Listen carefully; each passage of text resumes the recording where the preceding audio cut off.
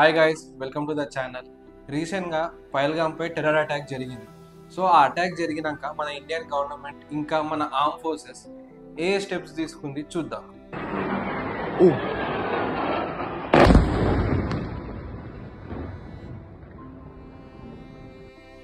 మన గవర్నమెంట్ డిప్లొమాటిక్గా ఎలా డీల్ చేసిందో చూద్దాం.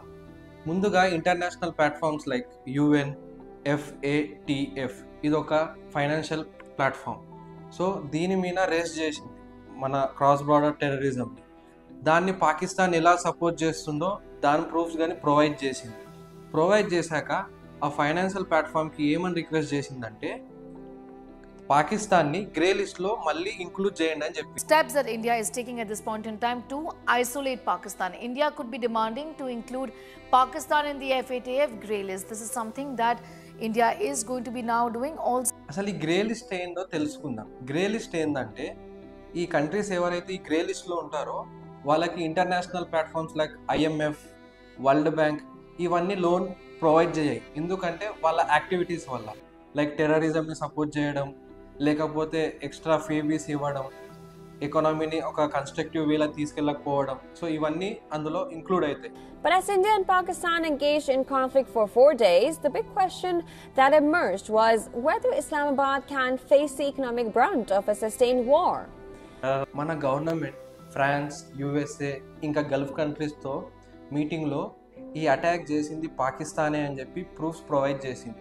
సో వాళ్ళు కానీ మన ఫేవర్లో ఉన్నారు. ఇంట్లో ఉన్న డిఫెన్స్ మినిస్టర్ మనోహర్ పారికర్ గారు రష్యా తోటి $5.4 బిలియన్ అగ్రిమెంట్ని డీల్ చేశారు.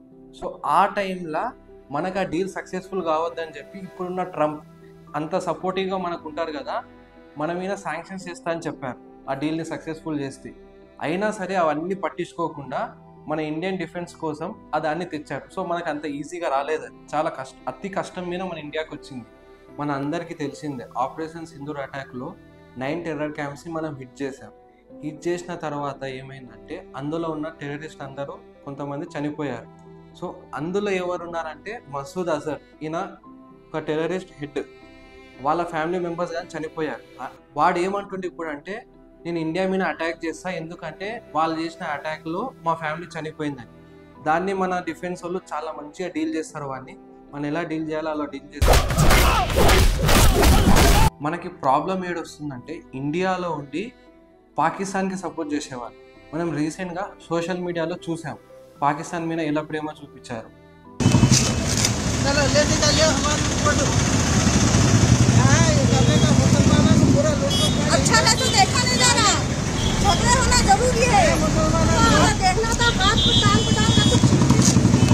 అలాగే రీసెంట్గా రాజస్థాన్లో ఒక ఇన్సిడెంట్ జరిగింది 2 days బ్యాక్. ఏంటంటే కొంతమంది యాంటీ ప్యాలెస్టైన్ ఇంకా యాంటీ పాకిస్తాన్ స్లోగన్స్ చేశారు.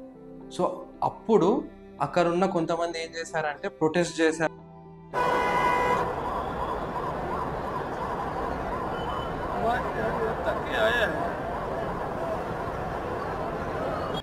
ఆ యాంటీ పాకిస్తాన్, యాంటీ ప్యాలెస్టైన్ స్లోగన్స్ని తొక్కేయాలని చూశారు. అంత ప్రేమ ఉంటే పాకిస్తాన్కి వెళ్ళాలి. ఈ నుండి ఏం చేస్తున్నారు వాళ్ళు? ఇలాగే మన ఆర్మీ జనరల్ బిపిన్ రావల్జీ అన్నారు. ఏమన్నారంటే మన ఇండియా 2.5 ఎనిమీస్ తోటి డీల్ చేయాలి. ఆ 2 ఎవరో మనకు తెలిసిందే, ఒకటి చైనా, ఒకటి పాకిస్తాన్. ఆ 0.5 ఎవరంటే మన ఇండియాలో ఉండి పాకిస్తాన్కి సపోర్ట్ చేసేవాళ్ళు. ఇప్పుడు మనం ఉన్న సిచ్యువేషన్కి వార్ ఎప్పుడు స్టార్ట్ అవుతుందో మనకు తెలియదు. ఆ 2 ఎనిమీస్ని ఇండియన్ ఆర్మీ ఇంకా ఇండియన్ గవర్నమెంట్ డీల్ చేస్తుంది. కానీ ఆ 0.5 ఎనిమీస్ అయితే ఎవరు ఉన్నారో వాళ్ళు డెఫినెట్గా వార్ స్టార్ట్ అయినప్పుడు పాకిస్తాన్కి ఫేవర్గానే వర్క్ చేస్తారు. సో వాళ్ళని మనం డీల్ చేయాలంటే మనల్ని మనం ట్రైన్ చేయాలి దాన్ని. సో దానికోసం మనం రెడీగా ఉండాలి. ఆ సిచ్యువేషన్ని మనం డీల్ చేయడానికి ట్రైన్ అవ్వాలి. అలాగే సండే మన Indian arm forces Pakistan 9 air bases మీద అటాక్ చేసింది after Pakistan attack India. So మళ్ళీ వార్నింగ్ అని ఇచ్చింది. ఏమైనా వార్నింగ్ ఇచ్చిందంటే any terror attack will be considered as act of war. ఈ పైగా ఎవరైనా టెర్రర్ అటాక్ చేస్తే దాన్ని యాక్ట్ ఆఫ్ వార్గా కన్సిడర్ చేసి మేము వార్ స్టార్ట్ చేస్తామని చెప్పి వార్నింగ్ ఇచ్చారు. మనకు తెలిసిందే చైనా పాకిస్తాన్కి సపోర్ట్ చేస్తుంది. మన ఇండియాకి రష్యా, ఇజ్రాయెల్ రెండు కంట్రీస్ సపోర్ట్ ఉన్నాయి.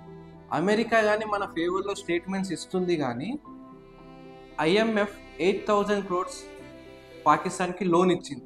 ఇలా మనం ఆలోచించాల్సింది ఏంటంటే అమెరికా ఇన్వాల్వ్మెంట్ లేకుండా ఐఎంఎఫ్ ఎలా లోన్ ప్రొవైడ్ చేస్తుంది? The big update that we are getting is that $1 billion aid has been approved for Pakistan by IMF. This is the so మనం ఇక్కడ కన్సిడర్ చేయాల్సింది ఏంటంటే మనం వరల్డ్లో లోన్ ఫైటర్స్, మన కొట్లాట మనమే కొట్లాడాలి. రష్యా మనకు సపోర్ట్లో ఉంది కాదనట్లేదు, కానీ దాని మీదనే శాంక్షన్స్ నడుస్తున్నాయి. ఎందుకంటే రష్యా ఇంకా యుక్రెయిన్ వార్ వల్ల. ఇజ్రాయెల్ మనకు సపోర్ట్ చేస్తుంది, కానీ అది ఎప్పుడు అమెరికా ఫేవర్లోనే ఉంటుంది. అమెరికాని దాటుకొని మనం సపోర్ట్ చేయడం చాలా కష్టం ఇజ్రాయెల్. అందుకు మన ఎకానమీని మనం బూస్ట్ చేసుకోవాలి. ఎకానమీని ఎలా బూస్ట్ అవుతుంది? మన బిజినెసెస్ వల్ల.